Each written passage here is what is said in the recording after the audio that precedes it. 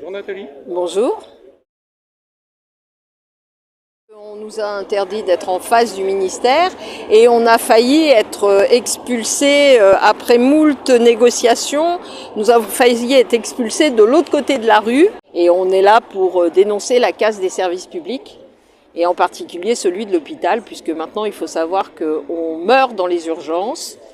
Faute de soins, on fait réanimer, on tente de réanimer des gens qui sont morts depuis très longtemps, oubliés dans les urgences par un massage cardiaque.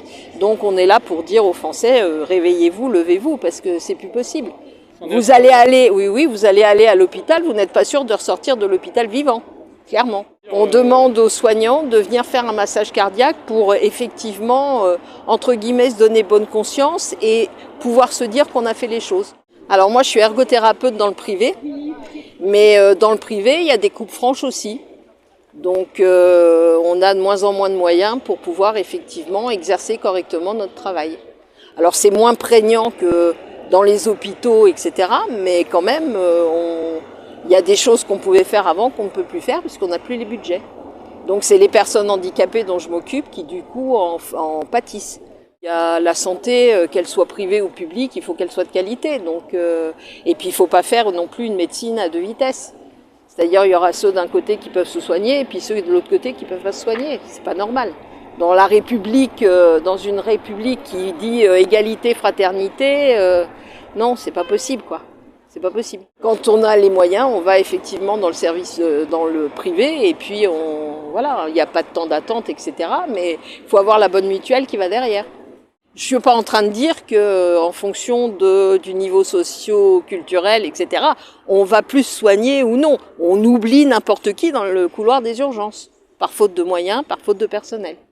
C'est encore des suppressions de lits, des maternités qui ferment, des hôpitaux qui ferment, c'est la totale, quoi. Enfin, et ça continue, juste pour faire des économies. Et on va aussi faire des économies dans le budget de l'éducation nationale. Tout est comme ça. Et on a effectivement un gouvernement de corrompus, et j'affirme ce que je dis, un gouvernement de corrompus qui effectivement ne voit que ses propres intérêts, les intérêts de l'Europe, etc., et nous entraîne dans une faillite totale. Tant que les gens effectivement ne se réveilleront pas, et puis là il y a les pompiers aussi qui sont en grève. Grosse manifestation, je ne sais plus si c'est le 15 ou le 16 mai, parce qu'eux aussi on leur coupe des moyens. Ce qui leur sert effectivement, c'est à sauver des vies.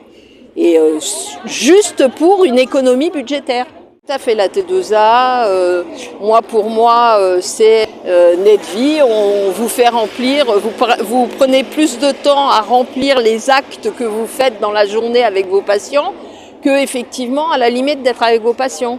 Au fur et à mesure, on en viendra à payer à l'acte les professionnels qui... Et c'est ce qui se passe déjà dans le service public. On paye les professionnels à l'acte. C'est de l'administratif, mais de l'administratif qui cherche à rentabiliser tout ça, quoi. Et au détriment des patients.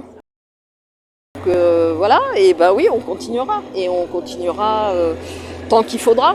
Même si ça prend sur notre temps personnel, notre travail. Moi là, je devrais travailler. Et puis il faut que les gens ils se réveillent. Parce que si les gens ne se réveillent pas, le jour où ils finiront aux urgences et où ils y finiront vraiment, eh ben leur famille n'aura plus que leurs yeux pour pleurer.